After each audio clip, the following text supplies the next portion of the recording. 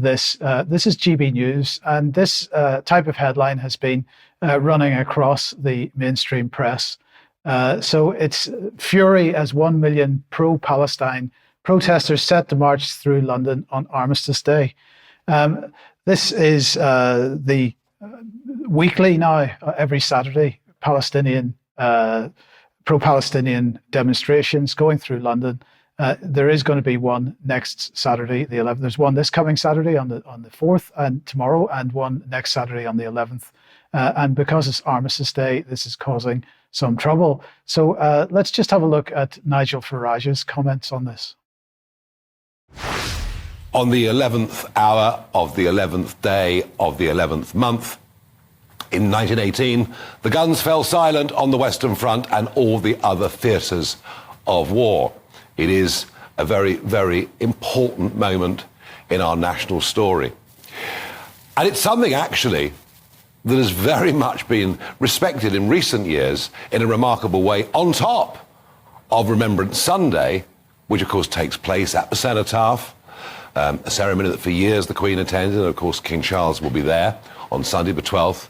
But I find it pretty extraordinary that there is a big pro-Palestine march, in fact demands from some for a 1 million strong march to come through the centre of London on the 11th of November. Now, I have said before, to great criticism, that I've worried in the past about a lot of people coming into Britain with whom we have no shared history and no shared culture. And this, I think, is a very good example of that. Should this march go ahead, and especially should it be allowed to go down Whitehall past the Cenotaph? And I think the answer just has to be no. So my understanding is that the organisers have already stated that the march will not be going down Whitehall past the Cenotaph. But there's something quite worrying about this particular narrative, and that is that there's an attempt to conflate immigration with a peace march. Some people are arguing that there's more to it than a peace march, but if in fact 200,000 or 300,000 people out in the streets, it is a peace march. So let's look at the Express and their headline this morning. British Army veteran says million march protest on Remembrance Day risks kicking off. So the rhetoric is starting to build to drive people together to start some civil unrest here, it seems to me. This is Douglas Murray on Twitter. UK Hamas supporters are now planning a 1 million man march on Remembrance Day.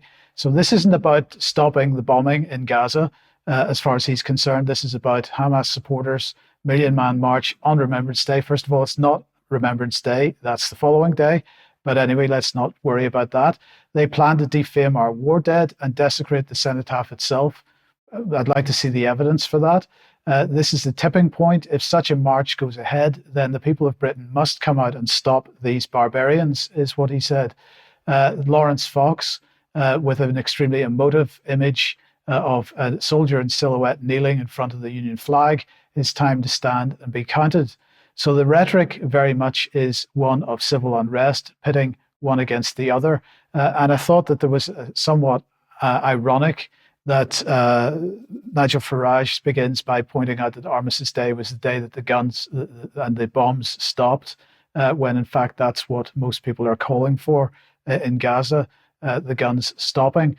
It gets even better because many mainstream news outlets, including the Jewish Chronicle here, government urged to deploy military over 1 million man Palestine march on Remembrance Day.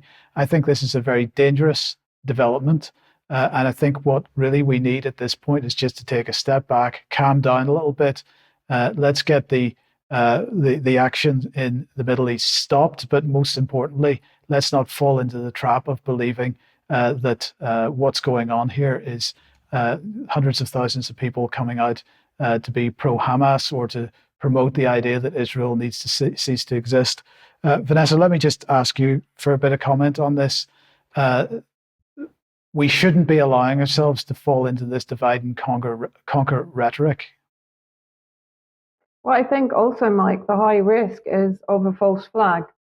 with 1 million people on the streets, the potential for an attack being orchestrated against civilians and then blamed on Hamas is extremely high. I talked about it in last week's program, and that idea is now being spoken about by a number of analysts, particularly US-based, on social media. So I think, yes, you're absolutely right, but my greatest fear at the moment is false flag time. Yes, and well, the question is if there was any kind of action in London on Saturday the 11th, who would be the instigator of it? Keep watching till the end of the program because we need to discuss this a little bit more.